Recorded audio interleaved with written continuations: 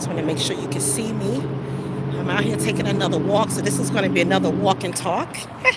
I love doing these with clients, doing walk and talk therapy, right? Because it helps you to release things, to kind of relax your nervous system, de-stress, calm down anxiety while you're walking. So imagine walking and talking. You're relieving at the same time, releasing any negative emotions, any ruminating thoughts, negative thoughts, all kinds of things, right? Give you another focus, as well as help you physically get in shape. Woo! Anyway, a lot of you, I may be new, and to a lot of you, I'm not, because you follow this channel and everything, but I'm a certified life purpose coach.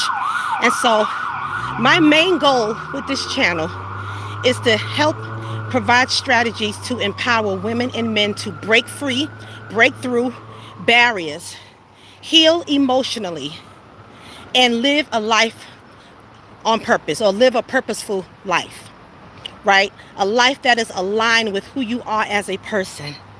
A life that you live, a life that's intentional, and you become intentional about experiencing more joy in your life. Things that you start engaging in activities that are fulfilling. You think about you think about God.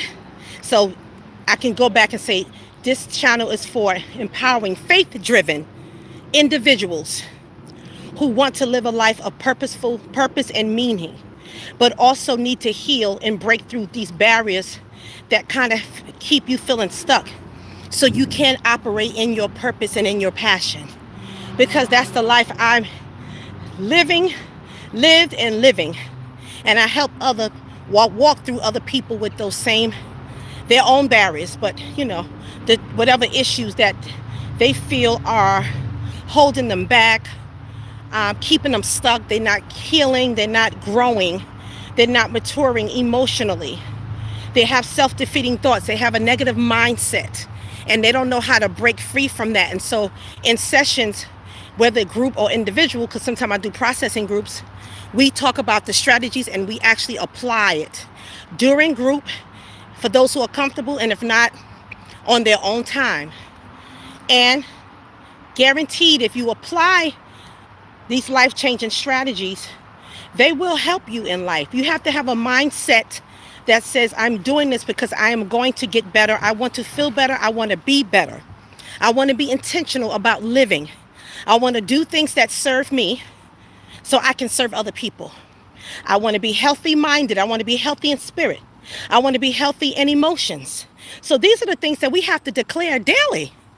That's the mindset. It's a daily focus and mindset. You're setting the intention every day. We don't know what's going to come with the day, but you can set your mindset and your emotions. And guess what? When you do that more, you respond to situations better, because you have prepared your mind, your system, your emotions and everything. And things can be hard, but again, it's like you did this work prior to something happening. And what happened is it strengthens your coping skills, your coping mechanisms, right? And I'm not talking about things that just knock you out.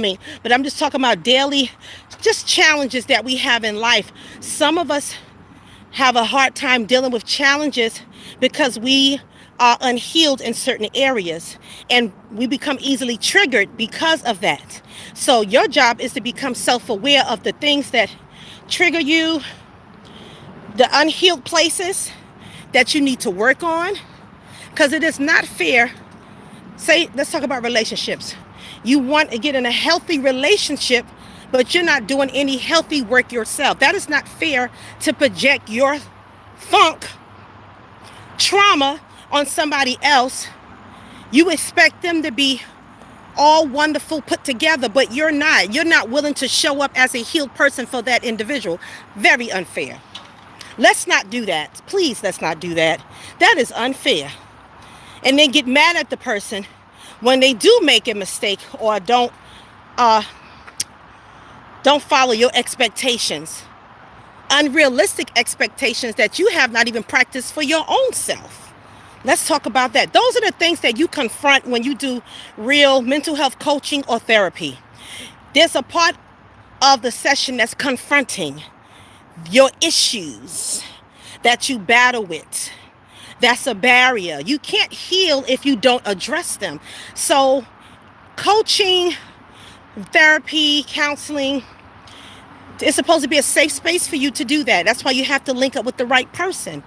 Again, it's all about alignment. I've learned after all these years, but I've learned so far throughout my life that things have to be in alignment with God, God's will for my life. I'm making this personal right now, and his purpose and the things that I want to do, my own desire, that still have to be pleasing to the Father. When I'm in alignment, then I'm walking in my purpose. Walking in my purpose, the indicator that lets me know that I'm walking in my purpose is that everything I'm doing is in alignment with who I am, my values, my calling, everything. And I can see the consistency across the board. No matter what I do, I can see similarities. I can see consistencies. And it just lets me know you're doing the right thing. You're saying you're with the right people. And when I'm not, I'm able to tell as well, because they're not in alignment. There's always conflict, disagreement. I'm not talking about a right or wrong. It's just that it's conflictual and it's dysfunctional. And sometimes we try to make stuff work that can't work because it can't fit together. You're putting the wrong piece in the puzzle. So when you live a life about intention and alignment, then it's easy for you to figure out, yeah, this is not working because it's not in alignment with who I am and who God called me to be. So you don't have to try to force anything. You can already see it. You can feel it and know it, and just say, you know what, that's it. This not working. Whether it's a job, a relationship, friendship, whatever.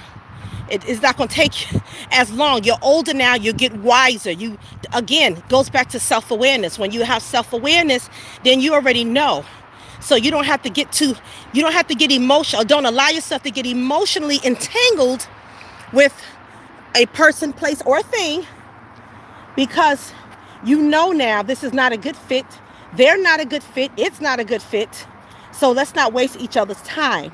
And then that'll help you avoid, again, that negative emotional, what do you call it? Help me, guys. It's like a bond. A stronghold too, but soul tie. A negative soul tie, because you can have good soul ties. But you can avoid those things by not allowing yourself to get emotionally attached to someone or something that is not in alignment with who you are and what your purpose is. You can avoid a whole lot of drama in your life, again, if you live life that intentional. Thank you so much for the hearts.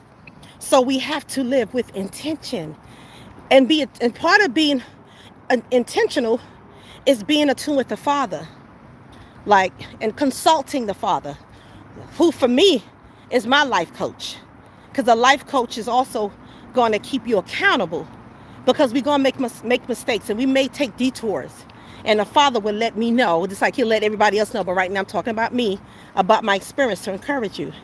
He will let me know when I'm in error. I need to fix some things. I need to look at some things. I need to be aware of some things. And also, God will give you discernment. He'll give you revelation of stuff you can't know out of your own natural mind. Taking a pause. I did a long walk so far. Whew, I'm out here walking the trails. He will definitely give you revelation knowledge of something that is supernatural. And I'm telling you, thank God for those moments, because sometimes you can be walking in a trap and don't even realize it because of your heart, right? Because of who you are as a person. And God looks out for his children.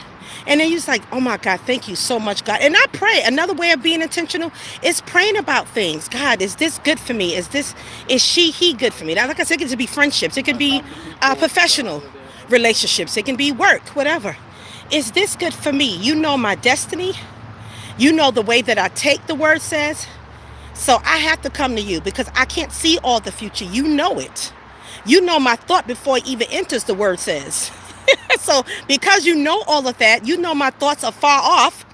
I need to come to you, and I need you to check me, or I need you to correct me, or I need you to lead and guide me in the right direction. And I have to get biblical for a moment again. Because the word says the steps of a righteous man are ordered by the Lord. Order my steps, God. Because all the time I don't know what I'm doing. Not all the time. Some moments I have to sit still and know that he is God. Be still. Be still, Cheryl. Wait. Pause. Hold up. I mean, be able to hear God's commands like that. It goes back again to attunement, to listening, to taking out time. Even walking like this. Just having conversations with the Father. But I just wanted to come on, just encourage somebody to do that self-work. This is what it means to live your best, be your best self, right? The best version of yourself. That is holistically, emotionally, psychologically, mentally, physically, relationally. And then, that's self-love, because you're putting yourself first beside God. You're putting yourself first, and you realize that you matter, you are value, you have value, okay? And then life is different for you when you operate that way. And you're like, man, I should have did this a long time ago. But life is about growing and learning. So we do grow from mistakes. We also do learn from mistakes. So some mistakes, it's part of our lesson in life. The Bible also says, I love the word, that through every trial we learn. When I saw that years ago, and that's not an excuse to purposefully do things that are detrimental to your growth in life. I'm talking about see that you don't have to be stuck in it. You can see the lesson in it so you can get better and grow and mature, right? And heal. So that's how you should take that. Okay. I got a little ways to go.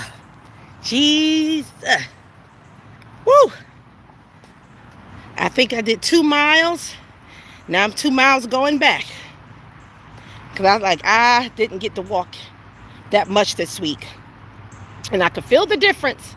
So I had to push myself to get out. I was working on things, but still, that's too much sitting down. And I can feel the difference now. Anyway, guys, this was a life coaching moment. And I hope some of you, if you are new, that you follow my channel for more, that you like this video, that you comment. I want to hear your response. Let's build rapport. And I could do a take too. And I want to know things you've learned in life, or if anything that I said, you got any nuggets from it that was going to help you to start thinking differently and approaching life in a different way, more purposeful. You seek more meaning in life, more fulfillment in life. And I just told you some strategies that will help you do that. Again, that's why everything starts with a mindset. And I know sometimes you go on different webinars and conferences, and a lot of times they start with a mindset. And you're like, oh, here we go. But it is true, because it's going to determine how you approach things in life. It's about perception, perspective. Sometimes you have to change it or you have to elevate it. Okay? Especially if you're trying to go to other levels in life in different areas. It takes a certain mindset. Just like there's a mindset for an entrepreneur that might be different for a person who just have a mindset of, I just want to work this 9 to 5. It's not right or wrong. Again, I talked about it's about alignment with who you are. So your mindset as an entrepreneur, you may be more of a risk taker because you're passionate about doing something that you love, or if there's somebody or a particular people you want to serve, and you're passionate about that thing, and you can see yourself doing it. You eat about it, you sleep it, you think everything, right? You can't help it because that's who you are, and you don't have to apologize for that. But then you have another mindset who now sometimes our mindsets are conditioned, right, and programmed by our society, of course. Just like you have an old school, not all old school, because you have old school that was entrepreneurs too, but you may have an old school mindset that says, because they may be stuck in the times when there was more job security. You got to work, get that good city job, get good government job. Now we know that there's nothing guaranteed. Look, we having government shutdown right now. That's nothing guaranteed. So the entrepreneur mindset, it still could be a person who's a parallelpreneur. I'm going to work this job for the benefits and everything else, but I'm also going to have something else on the side so I can always have what's what I'm looking for? Reserve money, or money to do extra things, because this job just pay the bills depending on what your income is, right? Or you just believe in having a balance of doing things on the side that you love, that are in alignment with you, while you're also working a job. But you can also work a job that's in alignment with you. Even when I went after the career of mental health, it was in alignment with who I am as a natural counselor, right? A person who loves to help people, who loves to walk alongside people. I realized that I was a direct care type of person. Yes, I'm a leader, and I have a lot of leadership experience. Still can walk along the side with people, leading groups, processing groups, doing counseling, doing coaching, teaching, pastoring, all of those things, preaching, speaking, all those leadership roles, but I also know how to serve. And just because you're leading don't mean you're not serving. I'm a servant leader. So I still serve people when I'm leading them. Anyway, you can do both. So this way you have that, like I said, a sense of fulfillment. You may have a side of you that's creative and talented. And at your job, you cannot operate in those things. So you find something else that you can do on the side where you can explore and operate in that talent you have, that skill, that other skill set, that creativity you have, or who you are. You may be a creative. That's who I am. Again, as you live life and you get to know more about who you are, you start making different decisions. Just like as you get older, sometimes your needs change when it comes to relationships. And you feel like, you know what, that in my 20s, I needed this or thought I needed this. But now that I'm 40 something, 50 something, I need this in a relationship now. So we change, we transition, and we grow, supposedly, which used to not be a word in the dictionary, but I think now it is. Anyway, so yes, that's it. This is what I do, and I like to give these nuggets. I like you to have like an aha moment. And let me reframe maybe how I was thinking about something or things that I was saying. Let me have a different intention. Let me have a different mindset. Let me elevate my mindset. Let me grow emotionally. We have to mature emotionally. I'm really off now, guys. Thank you so much.